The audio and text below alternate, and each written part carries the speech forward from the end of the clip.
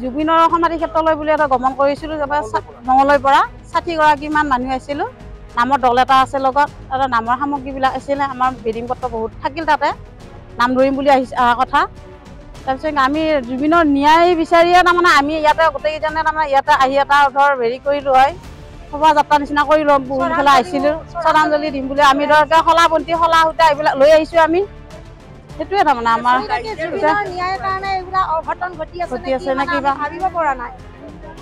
সেইটোৱে আমাৰ ন্যায় লাগে, ন্যায় কাৰণে আমি ইয়াতে ওলাই আহিছিলোঁ। হয়, আমি জুবিন গাৰ্গৰ সমাধিলৈ আহিছিলোঁ।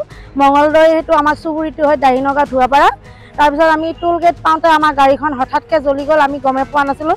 আমি ধৰ তাতে নামৰ পাৰ্টিও এটা আহিছিলোঁ আৰু ওচৰ চুবুৰীয়া গড়ে আমি ৬০জনমান আছিলোঁ। তাতে আমাৰ